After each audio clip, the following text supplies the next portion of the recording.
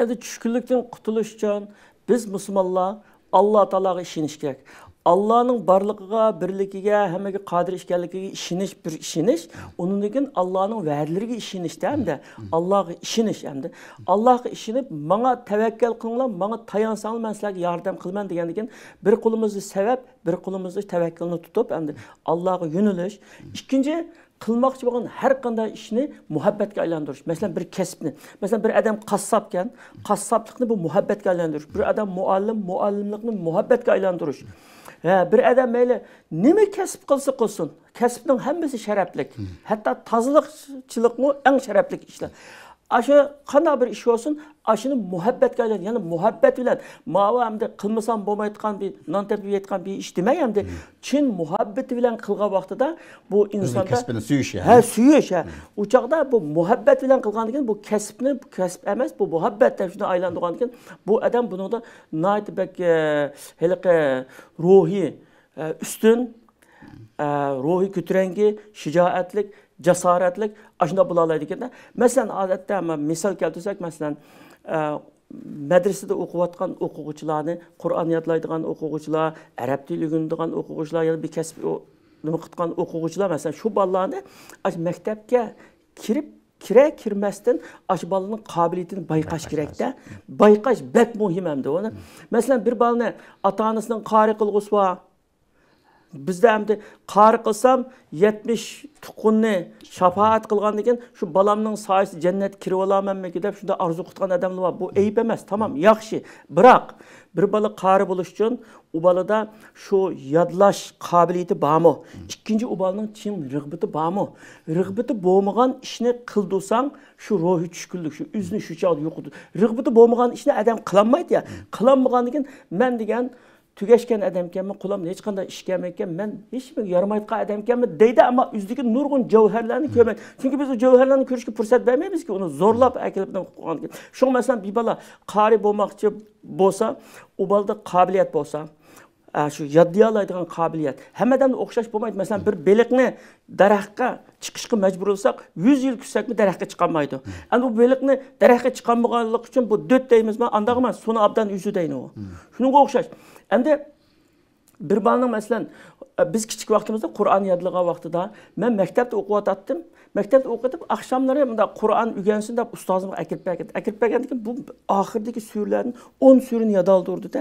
Yodoldirib bo'lib ahirgi yerim parda yadaldır. Yadaldırgandan keyin men shunda qizg'inlik bilan aş kunduz maktabga borma, oqshimalik shapkamni oqisqa qilib qolib turib, aşı yo'lda mo'ydan minib yurib, ko'chada minib yurib yodlayman-da. Yodlagandan keyin ustozim bunday qilib, buning Qur'on o'qishqima, Qur'onni yodlashqima rag'bati bor ekan va bu ham yodlay oladi ekan deb dadamga maktabdan buni qaytib maktabdan ajrasla biz qari qilayman dedi. O chaqda menmi unimidim, dadam unim, uydagilar unimidi da bu biz yaxshi bir o'qiyotdi. Shunda turgandan keyin ustozim o'sha ahli ilmlarni chaqirib, dadamga sizningki 10 ballar bor ekan, birini Allohning yo'lida zakat versin degandan keyin men dadamning zakatamdi. Shunda qilib men ayrilib kirdim. Kirgandan keyin meni o'sha majbur aşı maktabni ajratib akilib bu adam o'qitdi. Chunki bu adam o'zi ishondiki bu yodlay oladi dedim, bildi. Shu ayni vaqtda meniki bir do'stimni, aşı mahalladagi do'stimni dadasi o Navoiy odamdi. Daima da madrasaga go'shkida akirib berib bizni beqib ayda qilatdi. O adam bolasini akirib bergil bir oygacha bo'lgan. Keyin ayda men qari qilmoqchi bo'ldim dedim qilsa, bu bola endi men Qur'onni bunda o'qisin. Sizlar o'zlarining kasblarini o'rgasdi bunga qari bo'lamaydi bu deb aytadi da. Degandan keyin men hayron qoldim-da. Keyin ustozim boshqalarga deb qilib etib uni sharhladi. Bu ballani biz 15 minut ya 15 kun yoki bir oy ballani bir qobiliyatini tekshiramiz. Tekshirgan bu bola bulayotgan ish olsa, bu omonatni biz elib rasmiy qari qilman, manchida qari qilman deb ota-onaga so'z beramiz. Agar anda bo'lmagan vaqtida bu bolani tamam inshaalloh sizning orzuyingiz shu bo'lgandan keyin bu bo'lsin deymiz. Bu qari bulanmasa hamma bola o'xshash emas hamda. O'zining bolasini qari qilamadi ustozim shu tirishibchamda. Qari qilanmasam Allohning oldida omonat deb mo'ydad etdim. Men u ustozimninki hech qanday bir doktor ya professorluk ya ki bir diplommu yoktu, işimiz yoktu. Bir qarim de etti, tiyipti. Şu ustazımni hazır oylasam nayt hikmetlik adam geldi. Hazır mı mesela şu medrese okutuyotgan qarindoshlar ballarni qari bo'la oladigan, o'zining rag'bati bo'lsa bolaning birinchi. Ikkinchi u bolada yetenek, yodlay oladigan qobiliyat bo'lsa, shu bolada tamam. Men masalan ya 1 yil, ya 1,5 yil, ya 2 yil mushunda qari qilman deb ayda ahdi elib qilsa bo'ladi. Agar bo'lmasa, dadasi men mushunda qari qilatdim deb akasi akilib u bolani maktabdan o'qishdan qolib qo'ysa, maktab yeshidik bolani. Keyin bu bola ya maktabda o'qib bir diplom olamagan, ya qari bo'lamagan. Shuni o'tirdi qilib qolgan bir yerda medika olib ishlasi bo'ldi endi. U millatga qog'i kelmaydi endi u chaqdicha. Shunga mushi gap, mushi ishlarga bek diqqat qilish kerak. Aslida bek diqqat qilish, bolalarning qobiliyatini bilish kerak va bolalarning shu talantini bilish kerak. Masalan, bir Qur'on yodlash ya farz emas, ya vojib emas. Ammo Qur'on yodlash mushi arabcha bir ilm o'qishning va dinda olim bo'lishning birinchi busug'isi. Bu naytim bek muhim dini o'qiydiganlarga. Ammo hamma odamga bunda bek zarur emas hamda.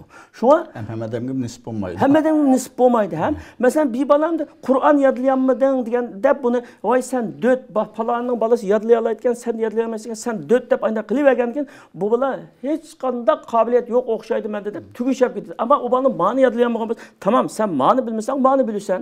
Ma'ni bilmasan, ma'ni bilasan.